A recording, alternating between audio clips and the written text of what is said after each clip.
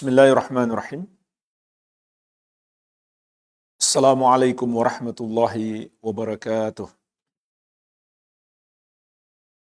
Alhamdulillah, hamdan katsiran thayyiban mubarakan fih, mubarakan alaih, kama yuhibbu rabbuna wa yarda. Asyhadu an la ilaha illallah wahdahu la syarikalah, wa asyhadu anna Muhammadan abduhu wa rasuluh.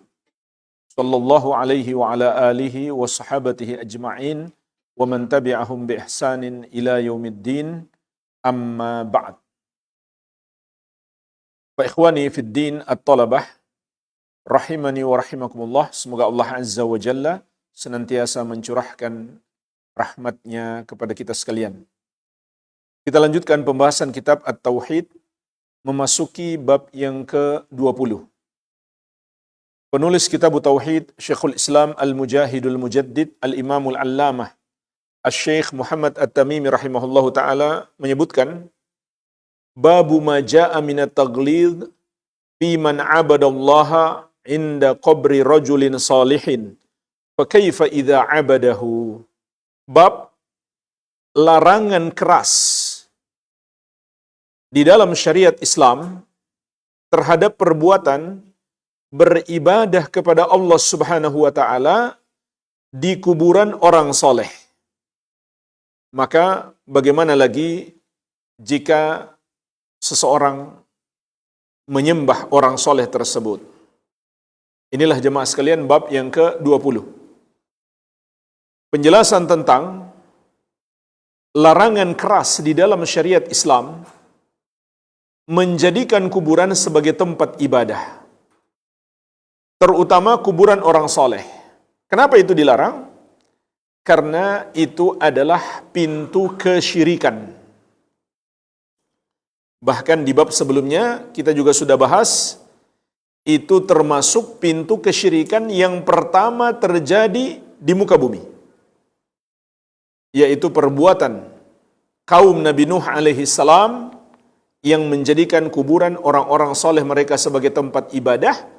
Pada akhirnya mereka menyembah orang-orang soleh tersebut. Dan subhanallah, perangkap syirik yang sama masih digunakan oleh setan di zaman-zaman berikutnya sehingga menjerumuskan Yahudi dan Nasrani. Sebagaimana insyaAllah akan kita sebutkan dalil-dalilnya. Dan yang paling disayangkan adalah perangkap setan yang sama ini masih dia gunakan sampai di masa sekarang. Dan juga menimpa pada sebagian kaum muslimin. Mereka terjerumus dalam syirik karena menjadikan kuburan sebagai tempat ibadah. Oleh karena itu, di dalam Islam dilarang keras. Nah, jemaah sekalian, sebelum kita pelajari dalil-dalilnya, di sini kita bisa memetik pelajaran. Sesuatu yang dilarang keras dalam Islam, tapi kok sebagian umat Islam hari ini menganggap itu adalah suatu hal yang baik. Bahkan itu adalah pendekatan diri kepada Allah Subhanahu wa ta'ala. Dan tidak jarang yang memimpin mereka melakukan itu, mereka anggap sebagai ustadznya, kiainya.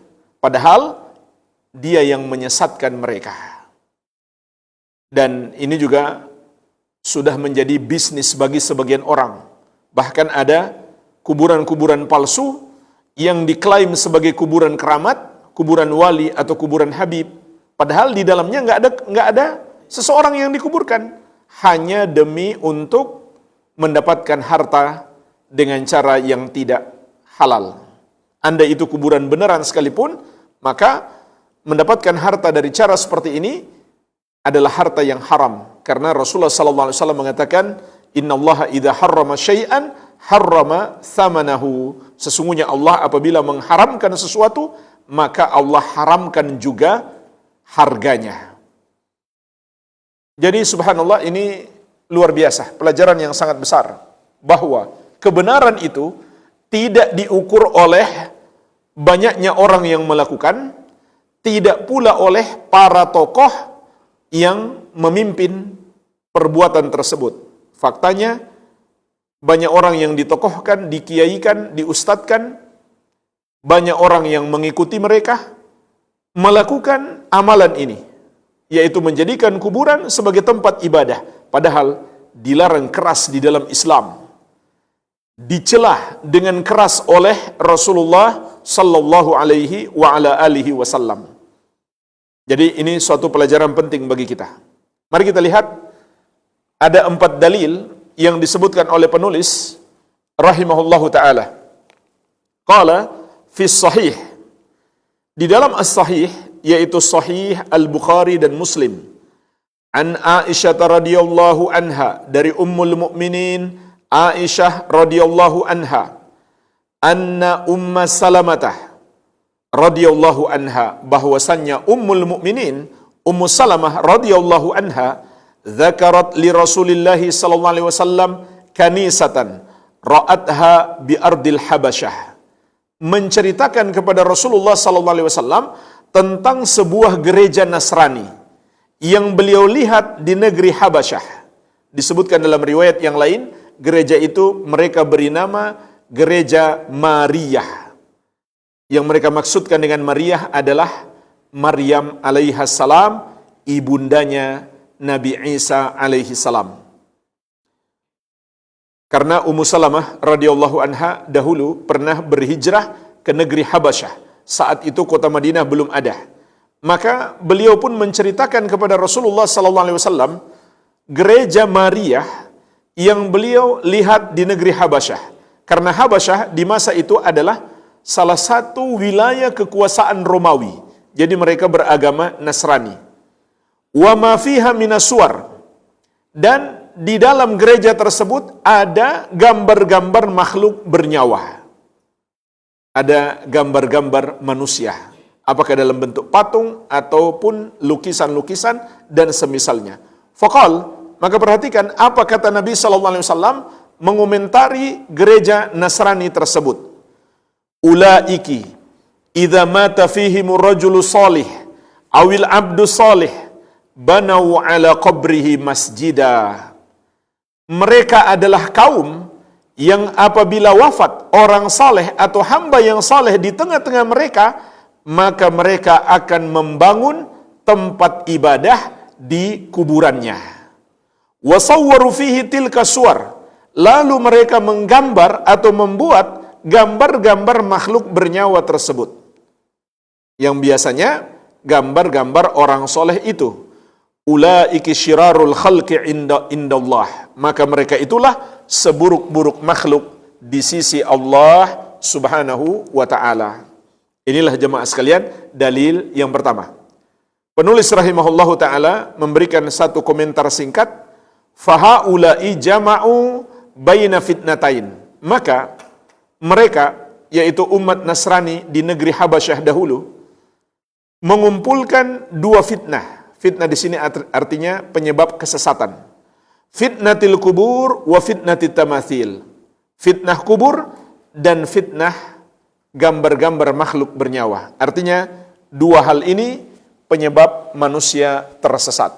Insyaallah taala bab tentang fitnah at-tamathil, gambar-gambar makhluk bernyawa, akan datang pada bab tersendiri. Penjelasan ulama, Al-Allamah Al-Fauzan hafizahullah ta'ala mengatakan, munasabatul hadis lil bab, keterkaitan hadis ini dengan bab yang kita bahas, anna fihi dilalatul wadihah alal man'i min ibadatillah inda kuburi salihina wattikhadhiha masajida. Bahwasannya dalam hadis ini ada dalil yang jelas atas terlarangnya beribadah kepada Allah di kuburan orang-orang soleh dan menjadikannya sebagai masjid atau sebagai tempat ibadah. Li'anna dzalika min fi'lin nasara, karena perbuatan tersebut termasuk perbuatan umat Nasrani dahulu. Faman fa'alahu fahuwa min syiraril khalqi, maka siapa yang melakukannya maka dia termasuk seburuk-buruk makhluk. Jadi jemaah sekalian, penulis hafizahullah ta'ala menyebutkan dalam hadis ini ada 2 celaan dari Nabi sallallahu alaihi wasallam yang menunjukkan perbuatan mereka terlarang karena dicela dengan keras oleh Nabi sallallahu alaihi wasallam. Kata beliau, itu kebiasaan umat Nasrani. Dan di hadis yang lain beliau mengingatkan kita, man tasyabbaha biqaumin fahuwa minhum. Barang siapa menyerupai suatu kaum, maka dia bagian dari mereka. Makanya jemaah sekalian, kalau antum lihat di berita-berita di internet atau mungkin di YouTube tentang gereja-gereja Romawi di masa dahulu, di dalamnya banyak kuburan. Ini membuktikan kebenaran hadis ini. Biasanya yang dikubur di situ adalah pendetanya atau raja-rajanya, atau orang yang mereka anggap orang soleh, orang besar. Cuma kalau kita lihat gereja-gereja di masa sekarang, terutama di negara kita, mungkin kita belum pernah dengar gereja di negara kita ada kuburan di dalamnya. Ada yang pernah dengar? Pernah tidak? Gak pernah ya? Tapi subhanallah, yang ada kuburan di dalamnya malah masjid. Subhanallah. Padahal ini kebiasaan Nasrani. Yang mungkin orang Nasrani hari ini tidak memahami apa yang dilakukan umat terdahulu mereka, sehingga mereka tidak melakukannya. Atau mungkin mereka punya pandangan lain. Entahlah. Cuma yang jadi masalah, malah sebagian umat Islam yang melakukannya. Ini suatu hal yang sangat aneh. Tapi kalau gereja-gereja tua, terutama di Eropa, itu banyak sekali kuburannya. Membuktikan kebenaran hadis ini. Maka Nabi SAW mengingatkan kita, man tasyabbaha biqaumin fahuwa minhum. Barang siapa menyerupai suatu kaum, dia bagian dari mereka. Celaan yang kedua, kata Nabi SAW, mereka itu adalah syirarul khalqi indallah, seburuk-buruk makhluk di sisi Allah Subhanahu wa taala. Ini menunjukkan perbuatan tersebut adalah dosa besar, sehingga mereka menjadi seburuk-buruk makhluk di sisi Allah Tabaraka wa taala. Ini tidak main-main. Tapi malah oleh sebagian umat Islam, mereka ikut-ikutan dan mereka anggap itu satu bentuk pendekatan diri kepada Allah Subhanahu wa taala. Kita masuk dalil yang kedua. Walahuma anha qalat.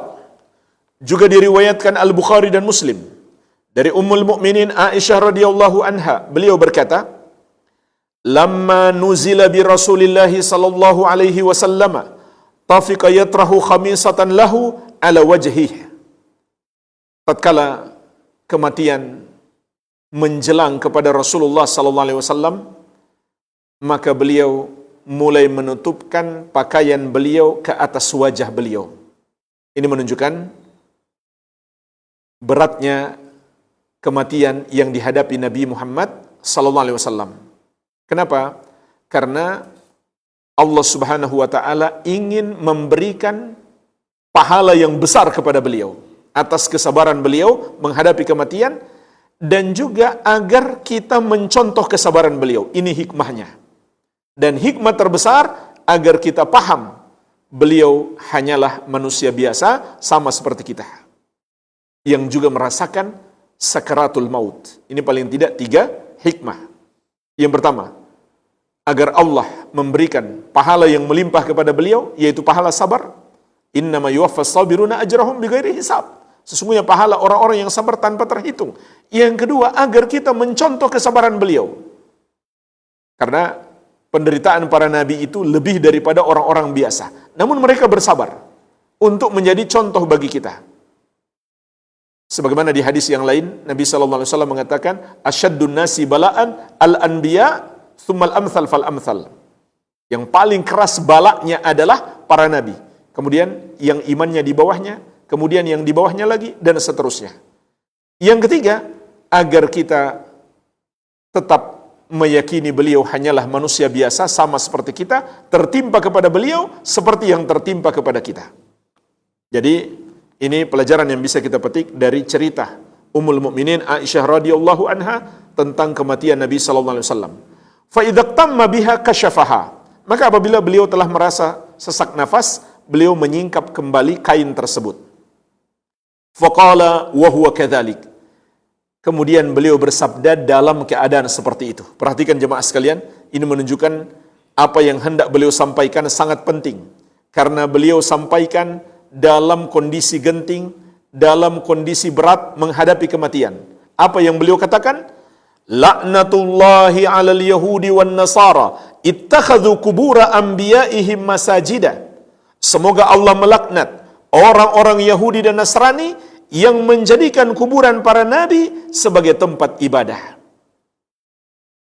Ini bisa bermakna doa, bisa juga bermakna pengabaran bahwa Allah telah melaknat Yahudi dan Nasrani yang menjadikan kuburan para nabi mereka sebagai tempat ibadah. Lalu kata Ummul Mukminin Aisyah radhiyallahu anha, yuhadziru ma sana'u. Rasulullah sallallahu alaihi wasallam mengingatkan kita agar tidak ikut-ikutan perbuatan mereka, yaitu menjadikan kuburan sebagai tempat ibadah, supaya kita tidak mendapat laknat Allah Subhanahu wa taala. Walaula dzalika ubriza qabruhu. Kalau bukan karena alasan itu, niscaya kuburan beliau akan ditampakkan. Jadi sengaja kuburan beliau disembunyikan agar tidak dijadikan sebagai tempat ibadah. Ghaira annahu khusya ayyutakhadha masjidah. Disembunyikan karena dikhawatirkan akan dijadikan sebagai tempat ibadah. Dalam riwayat yang lain disebutkan khasyah. Artinya Nabi SAW sendiri yang khawatir kalau kuburan beliau dijadikan sebagai tempat ibadah. Tapi di sini disebutkan khusyah, berarti yang khawatir adalah para sahabat radhiyallahu taala anhum ajmain. Akhrajahu, dikeluarkan oleh Al-Bukhari dan Muslim. Al-Imam Al-Allamah Al-Fauzan hafizahullahu taala menjelaskan munasabatul hadis lil bab. Keterkaitan hadis ini dengan bab yang kita bahas. Anna fihil man'a min ibadatillahi inda kuburil anbiya wa ittikhadhiha masajidah. Bahwasanya dalam hadis ini terkandung larangan beribadah kepada Allah di kuburan para nabi dan menjadikannya sebagai masjid-masjid atau tempat-tempat ibadah.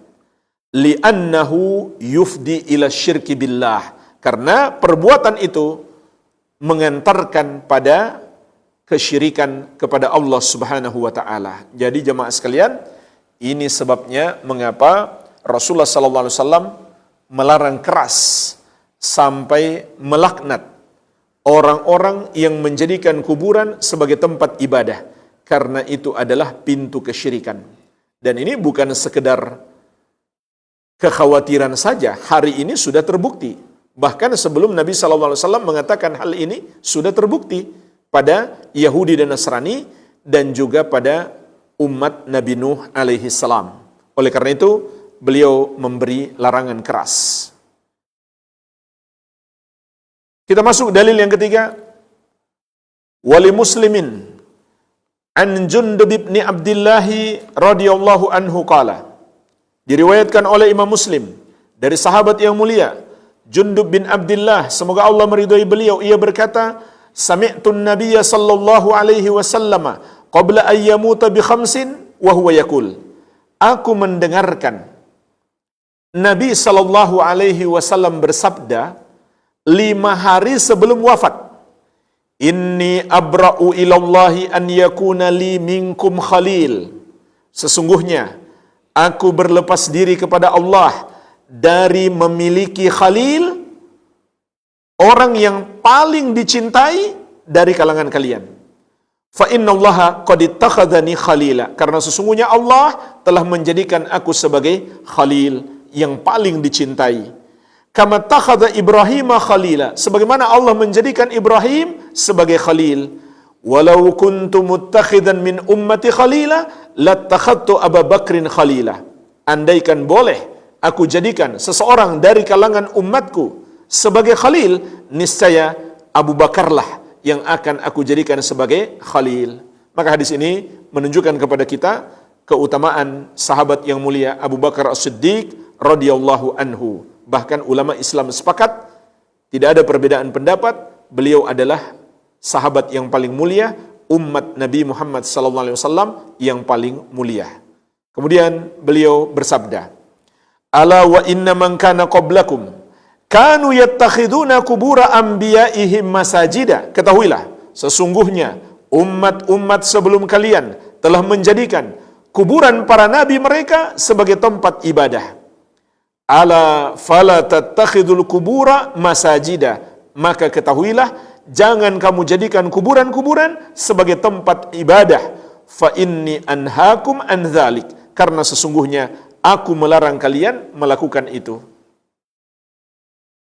Jadi jemaah sekalian, meskipun seseorang itu mengaku keturunan Nabi Muhammad SAW, tapi dia mengajari masyarakat untuk mengagungkan kuburan, menjadikannya sebagai tempat ibadah, bahkan sudah sampai berbuat dosa syirik dengan cara berdoa kepada penghuni kubur, maka dia telah menentang ajaran Nabi Muhammad SAW, tidak pantas dia untuk diikuti. Al-Allamah Al-Fauzan hafizahullah ta'ala mengatakan, munasabatul hadith lil bab. Kecocokan hadis ini dengan bab yang kita bahas. Anna fihi nahya an ittikhadil kubur amkinatan lil ibadah. Bahwasanya di dalam hadis ini ada larangan menjadikan kuburan sebagai tempat-tempat ibadah. Li'annahu wasilatun ila syirki. Karena itu adalah jalan yang menjerumuskan kepada syirik. Dan ini sudah terbukti. Kama taf'aluhul yahud wan nasara wa ghairuhum min ahlil bid'ah. Sebagaimana yang dilakukan oleh Yahudi dan Nasrani dan golongan-golongan selain mereka dari kalangan orang-orang yang suka berbuat bid'ah di dalam agama. Padahal Nabi SAW melarang dengan tegas di dalam hadis ini. Kemudian penulis kitab Tauhid Syekhul Islam Al-Mujahidul Mujaddid Al-Imamul Allamah Asy-Syaikh Muhammad At-Tamimi rahimahullah memberikan penjelasan singkat. Faqad naha anhu wa huwa fi akhir hayatihi. Bahwasanya Nabi SAW melarang kaum muslimin beribadah di kuburan di akhir hayat beliau. Thumma innahu la'ana wa huwa fi siyaqi man fa'alahu. Kemudian beliau melaknat lagi orang yang melakukannya detik-detik wafatnya beliau. Ini menunjukkan apa? Dilarang sangat keras dalam syariat. Dan ini penting untuk diperhatikan. Karena Nabi SAW menyampaikan ini sampai pada detik-detik kematian beliau. Jadi ini salah satu wasiat penting Nabi SAW menjelang wafat. Kemudian kata penulis rahimahullah, wassalatu indaha min dzalik wa in lam yubna masjidun. Dan salat di kuburan itu termasuk yang terlarang meskipun tidak dibangun masjid padanya. Wa huwa makna qauliha. Inilah makna ucapan Aisyah radhiyallahu anha, khusya ayyuttakhadha masjidah, dikhawatirkan kuburan beliau akan dijadikan tempat ibadah. Fa inna sahabata lam yakunu liyabnu haula qabrihi masjidah. Sesungguhnya para sahabat tidaklah membangun tempat ibadah di sekitar kubur Nabi Muhammad sallallahu alaihi wasallam. Artinya, meskipun tidak ada bangunan masjid, tidak boleh menjadikan kuburan sebagai tempat ibadah. Wa kullu mawdi'in yusalla fihi yusamma masjidah. Dan setiap tempat yang dilakukan solat padanya dinamakan masjid. Dinamakan apa, Ki? Jambak. Dinamakan apa? Jadi maksud beliau di sini dinamakan masjid secara bahasa. Masjid kan makan lisujud, tempat untuk sujud secara bahasanya. Jadi di mana saja kita sholat berarti itu disebut masjid secara bahasa. Kama qala sallallahu alaihi wasallam, sebagaimana Nabi sallallahu alaihi wasallam bersabda, ju'ilat liyal ardu masjidan wa tahura. Dijadikan untukku bumi ini seluruhnya sebagai masjid dan alat untuk bersuci. Artinya, kita bisa sholat di mana saja, tidak harus di bangunan yang disebut masjid. Itu maknanya. Kecuali ada dalil yang melarang. Di antaranya kuburan dilarang keras di dalam Islam. Begitu pula kita dilarang sholat di tempat kotor seperti di WC atau di tempat bernajis. Begitu pula ada dalil melarang sholat di tempat-tempat onta. Jadi pada dasarnya bumi ini seluruhnya boleh kita gunakan untuk sholat kecuali ada dalil yang melarangnya. Di antara yang dilarang keras adalah melakukan sholat di kuburan. Dan dalam mazhab Syafi'i ini juga dilarang keras. Sebagai faidah, di sini saya akan nukilkan penjelasan ulama dari mazhab Syafi'i. Bahkan langsung dari imamnya, Imam Asy-Syafi'i rahimahullahu taala rahmatan wasi'ah dalam kitab Al-Um. Ini rujukan utama dalam mempelajari mazhab Syafi'i.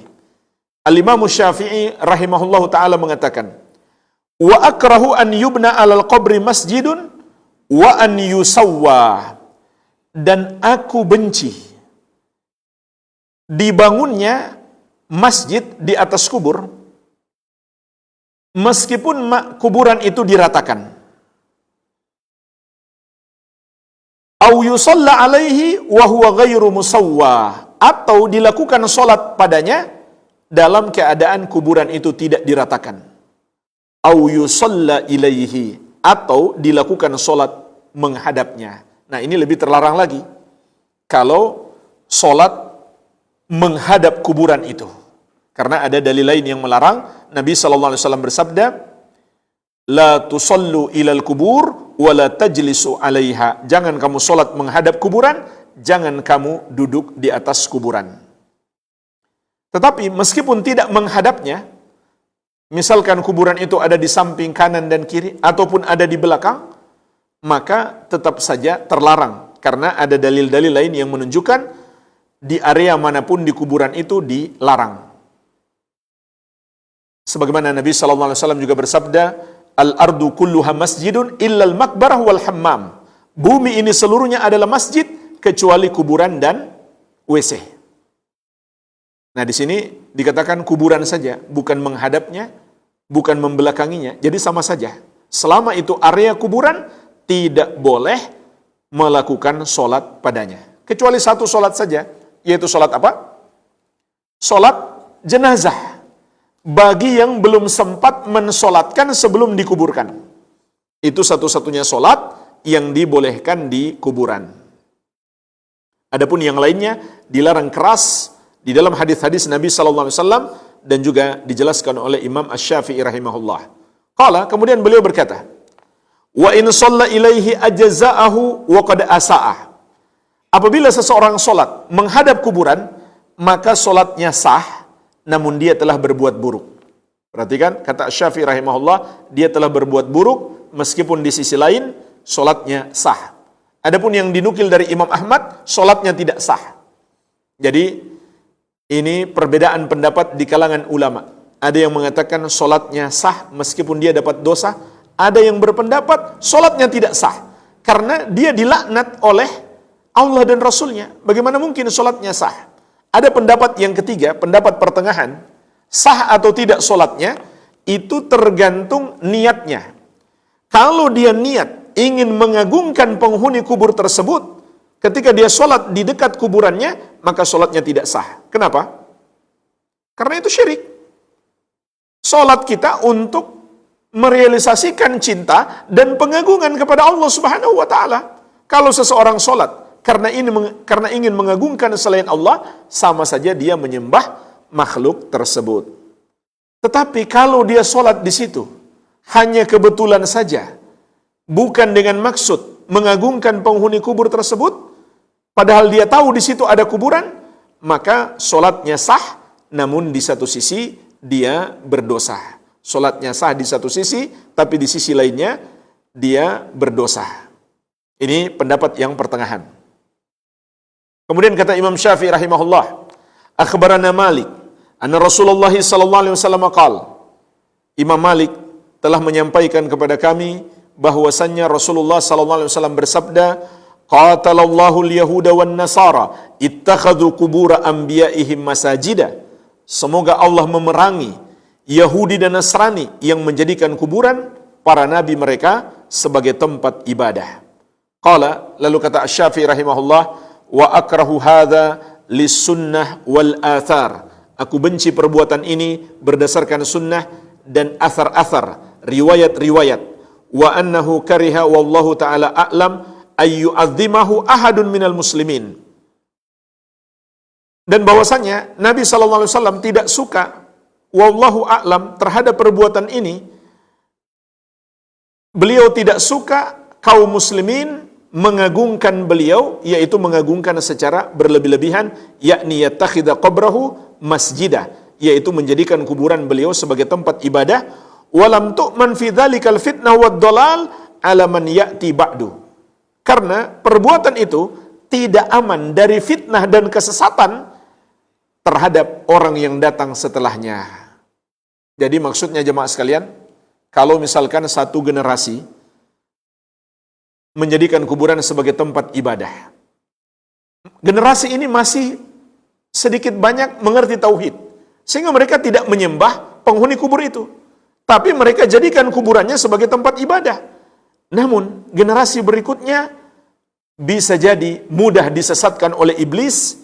Iblis tinggal mengatakan kepada mereka, dulu nenek moyang kalian menyembah penghuni kubur tersebut.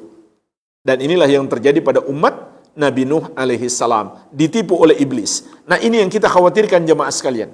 Jadi kita menutup pintu syirik ini, kata Imam Syafi'i rahimahullah, bukan hanya untuk diri kita, tapi untuk orang lain.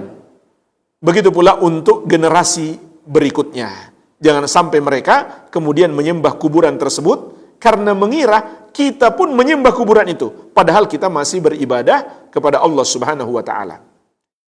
Dan faktanya hari ini jemaah sekalian sudah terjadi, banyak orang yang datang ke kuburan bukan lagi berdoa kepada Allah Subhanahu wa taala, tapi berdoa kepada penghuni kubur tersebut. Bisa jadi awalnya orang yang berdoa di kuburan itu hanya karena meyakini jika berdoa di situ doanya lebih mustajab. Tapi dia masih berdoa kepada Allah Subhanahu wa taala. Namun orang lain kemudian mengikuti perbuatannya dan mengira dia berdoa kepada penghuni kubur tersebut. Maka dia menjerumuskan orang lain dalam kesyirikan tanpa dia sadari. Ini yang perlu kita khawatirkan. Jadi kita bukan hanya harus menutup pintu syirik atas diri kita, tapi juga untuk orang lain. Dan juga meyakini sholat di kuburan, berdoa di kuburan, meskipun sholatnya dan berdoanya masih kepada Allah, namun diyakini perbuatan itu lebih utama, lebih mustajab, lebih afdal, maka itu adalah keyakinan tanpa dalil. Rasulullah SAW tidak pernah mengajari kita hal seperti itu. Bahkan di kuburan beliau sekalipun, beliau tidak pernah mengajarkan kepada kita, kalau kalian mau berdoa kepada Allah, datang saja ke kuburanku. Enggak pernah. Apalagi kalau sampai berdoa kepada penghuni kubur tersebut, maka itu syirik. Sebagaimana sudah kita bahas, berdoa kepada selain Allah adalah termasuk syirik. Sama saja, dia bermaksud doanya diteruskan kepada Allah, ataukah dia memang meyakini makhluk yang ada di kuburan tersebut yang maha mampu mengabulkan doanya. Dua-duanya adalah kesyirikan. Sebagaimana sudah kita bahas, berdoa kepada selain Allah termasuk syirik. Bahkan kesyirikannya bukan hanya satu macam, ada banyak bentuk kesyirikan di dalamnya. Al-Imam An-Nawawi, juga ulama besar dari mazhab Syafi'i, dalam kitab beliau Syarah Muslim menjelaskan, qala al-ulama, para ulama berkata, innama nahan nabiyyu sallallahu alaihi wasallam an ittikhadhi qabrihi wa qabri ghairihi masjida khaufan minal mubalaghati fi ta'zimihi wal iftitan bihi. Hanyalah Nabi sallallahu alaihi wasallam melarang perbuatan menjadikan kuburan beliau maupun selain beliau sebagai tempat ibadah karena khawatir munculnya sikap berlebihan dalam memuliakan beliau dan tersesat karena perbuatan itu. Farubbama adda dzalika ilal kufri, yang bisa jadi perbuatan tersebut mengantarkan kepada kekufuran. Kama jara likatsirin minal umamil khaliyah, sebagaimana telah terjadi pada banyak umat-umat terdahulu. Ini penjelasan Imam An-Nawawi rahimahullah kenapa Nabi sallallahu alaihi wasallam melarang keras beribadah di kuburan. Karena umat-umat terdahulu terjerumus dalam kekufuran dengan sebab itu. Imam Ibnu Hajar Al-Haytami juga salah seorang ulama besar yang menjadi rujukan dalam mazhab Syafi'i, pada kitab beliau Az-Zawajir an Iktirafil Kabair berkata, Al-kabiratu tsalitsatu war-rabi'atu wal-khamisatu was-sadisatu was-sabi'atu was-tsaminatu wat-tis'un. Dosa besar yang ke-93, 94, 95, 96, 97, 98. Jadi beliau memiliki kitab khusus berbicara tentang dosa-dosa besar. Lebih dari 400 dosa besar beliau sebutkan dalam kitab ini. Di antaranya, dosa besar yang ke-93 sampai 98. Berarti ada 6. Yang pertama, ittikhadzul kubur masajid. Menjadikan kuburan sebagai tempat ibadah. Subhanallah. Dalam mazhab Syafi'i, ini dihukumi sebagai dosa besar. Tapi hari ini ada orang yang mengaku-ngaku bermadzhab Syafi'i, malah mengajak-ngajak manusia untuk menjadikan kuburan sebagai tempat ibadah, untuk mencari berkah di kuburan, untuk berdoa kepada penghuni kubur. Subhanallah. Wa iqadus suruj 'alaiha. Yang kedua, termasuk dosa besar adalah membuat lampu-lampu penerangan di kuburan. Ini juga terlarang berdasarkan ijma'. Wattikhadhuha awthanan. Yang ketiga, menjadikannya sebagai sesembahan. Dan doa termasuk ibadah. Termasuk bentuk penyembahan yang tidak pantas ditujukan kecuali kepada Allah yang satu saja. Wattawaf biha. Yang keempat, tawaf, mengelilinginya. Wastilamuha. Yang kelima, mengusap-ngusapnya, yaitu untuk mencari berkah dengan cara mengusap-ngusap kuburan. Ini tidak ada dalilnya sama sekali. Dan ini termasuk syirik dan sudah kita bahas pada bab yang ke-9. Was-salatu ilaiha, yang ke-6, salat menghadapnya. Jadi dalam mazhab Syafi'i ini dikatakan sebagai perbuatan dosa besar. Kita masuk dalil yang terakhir, dalil yang keempat dari bab yang ke-20 pada kitab Tauhid. Penulis rahimahullahu ta'ala menyebutkan, Wali Ahmada bisanadin jayyid an Ibni Mas'udin radhiyallahu anhu marfu'an.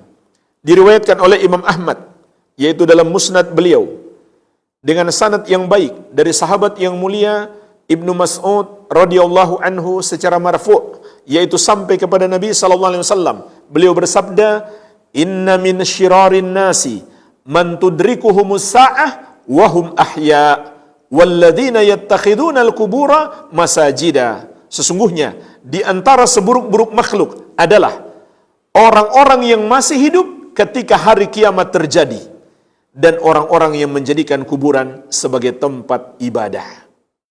Warawahu Abu Hatim fi sahihih.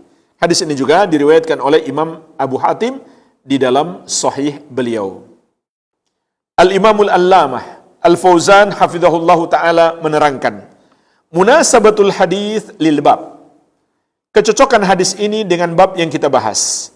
Anna fihi tahdhir min ittikhadhil kubur masajida. Bahwasanya dalam hadis ini ada peringatan keras dari menjadikan kuburan sebagai tempat ibadah. Karena bagaimana tidak, Nabi SAW mengabarkan orang-orang yang menjadikan kuburan sebagai tempat ibadah termasuk seburuk-buruk makhluk. Dan diserupakan dengan orang-orang yang masih hidup ketika hari kiamat terjadi. Padahal mereka adalah makhluk yang paling hina, yang paling buruk, yang merasakan dahsyatnya hari kiamat. Menunjukkan kepada kita, dosa menjadikan kuburan sebagai tempat ibadah itu tidak main-main. Sekali lagi jemaah sekalian, di sini ada pelajaran penting bagi kita. Belum tentu yang dilakukan oleh banyak orang, yang dianggap baik oleh banyak orang, itu benar-benar baik atau benar. Kita nilai dulu apakah sesuai ajaran Nabi SAW atau tidak. Hari ini yang melakukan amalan ini, menjadikan kuburan sebagai tempat ibadah, ada banyak orang yang mengaku muslim, bahkan dianggap kiai, dipanggil habib, dipanggil ustadz, pengikutnya banyak, tapi ternyata perbuatan mereka dilarang keras oleh Rasulullah sallallahu alaihi wasallam. Maka dalam hadis ini kata Al-Fauzan hafizahullah, ada larangan keras dari menjadikan kuburan sebagai tempat ibadah. Yusalla fi sahatiha wa yutabarraku biha, yaitu mereka sholat di halaman kuburan tersebut dan mereka mencari berkah dari kuburan itu.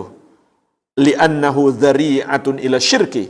Kenapa itu dilarang? Karena itu adalah pintu kepada kesyirikan. Bahkan mencari berkah dari kuburan itu sudah termasuk syirik. Namun di sini bisa terbagi dua, syirik kecil dan syirik besar. Maka ketika sudah masuk pada syirik kecil, itu adalah pintu kepada syirik besar, sebagaimana syirik dalam mencari berkah ini sudah kita bahas pada bab yang ke-9. Yaitu syirik kecil, kalau dia meyakini kuburan-kuburan itu hanya sebab dan Allah yang memberikan berkah. Tetapi kalau dia meyakini kuburan itulah yang memberikan berkah, atau penghuni kubur itulah yang memberikan berkah, bukan Allah Subhanahu wa taala, maka menjadi syirik besar. Karena Rasulullah sallallahu alaihi wasallam mengatakan, al-barakatu minallahi Subhanahu wa taala. Keberkahan itu hanyalah datang dari Allah Subhanahu wa taala. Jemaah sekalian, ada satu syubhat orang-orang yang mencoba mencari pembenaran, padahal hadis-hadis yang melarang sangat banyak, sangat keras dan tegas. Tapi mereka masih tetap berusaha mencari pembenaran atas perbuatan mereka tersebut. Di antara syubhat mereka adalah menjadikan Masjid Nabawi sebagai alasan. Kata mereka, Masjid Nabawi saja sekarang ada kubur Nabi Muhammad sallallahu alaihi wasallam, tapi masih tetap dijadikan sebagai tempat ibadah. Maka bagaimana menjawab syubhat ini? Jawaban yang pertama, sesungguhnya sampai hari ini kuburan beliau tidak ada di masjid dan masjid bukan di kuburan beliau. Hanya berdekatan. Tidak ada dalam sejarah tanah kuburan beliau itu diwakafkan untuk masjid. Jadi beliau itu dikuburkan di dalam rumah. Dan ini termasuk kekhususan para nabi dan rasul. Mereka wafat di tempat atau di suatu tempat dan mereka dikuburkan di situ. Ini kekhususan para nabi dan rasul, dan juga untuk Abu Bakar dan Umar, mereka dikubur di samping Nabi sallallahu alaihi wasallam. Adapun umat Islam secara umum, hendaklah dikubur di pekuburan umum, jangan membuat pekuburan khusus. Seperti di rumah kita sendiri. Ini tidak sesuai contoh para sahabat, sesuai bimbingan Nabi Muhammad sallallahu alaihi wasallam. Ini khusus bagi Nabi sallallahu alaihi wasallam dan juga bagi dua orang sahabat beliau yang dikuburkan di samping beliau. Jadi itu statusnya masih rumah keluarga beliau sampai hari ini. Bukan bagian dari masjid. Masjid ada di mana?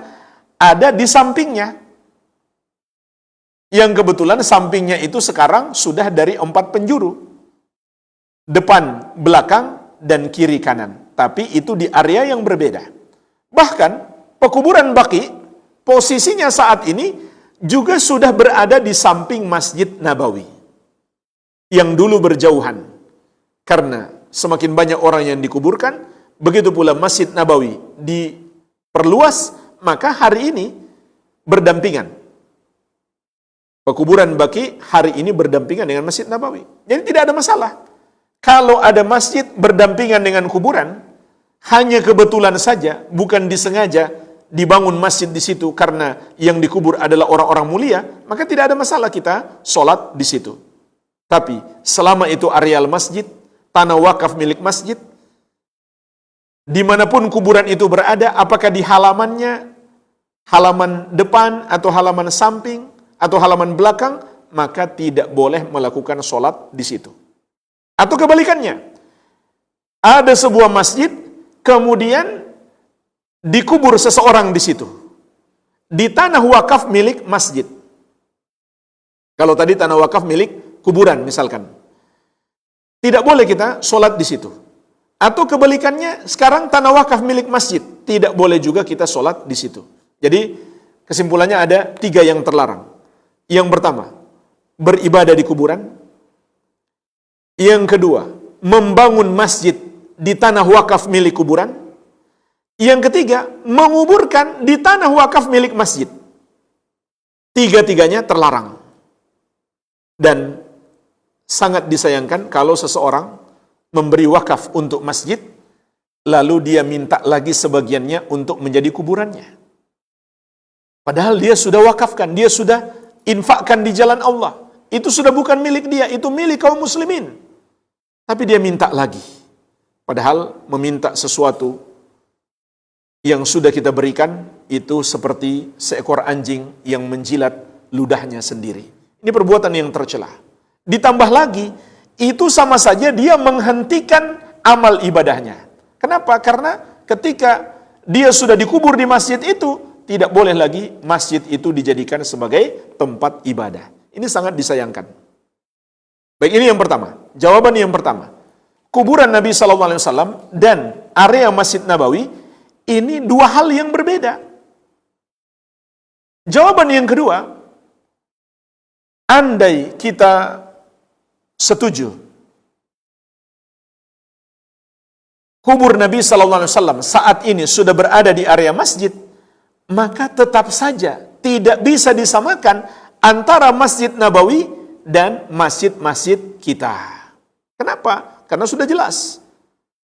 Solat di Masjid Nabawi itu lebih afdol daripada 1000 solat di masjid lain. Sementara masjid kita sama saja. Ini juga pelajaran penting. Masjid selain yang dijelaskan keutamaannya dalam dalil, itu sama saja, tidak ada bedanya. Antara masjid bersejarah yang sudah 200 tahun dan masjid yang baru dibangun, itu statusnya sama. Artinya kita sholat di situ, pahala kita sama saja, nggak ada bedanya. Dan bukan malah ketika di situ ada kuburan yang dianggap keramat, lalu pahala kita lebih besar. Tidak, justru pahala kita hilang. Menurut pendapat sebagian ulama, bahkan tidak sah seseorang sholat di situ. Dan itu adalah pintu kesyirikan. Jadi, tidak bisa disamakan antara Masjid Nabawi dan masjid yang lainnya. Kemudian jawaban yang ketiga, yang membangun Masjid Nabawi sampai mengelilingi rumah Rasulullah SAW, itu kan manusia biasa. Bukan pula dari kalangan sahabat Nabi SAW. Lalu pertanyaannya, apakah pantas perbuatan manusia biasa kita jadikan alasan untuk menentang hadis-hadis Nabi SAW yang begitu banyak? Tentu sangat tidak pantas. Inilah jemaah sekalian paling tidak 3 jawaban terhadap syubhat orang yang beralasan dengan Masjid Nabawi untuk membenarkan peribadahan mereka di kuburan-kuburan atau di masjid yang ada kuburan. Walhamdulillah, semoga bermanfaat. Wabillahi taufiq.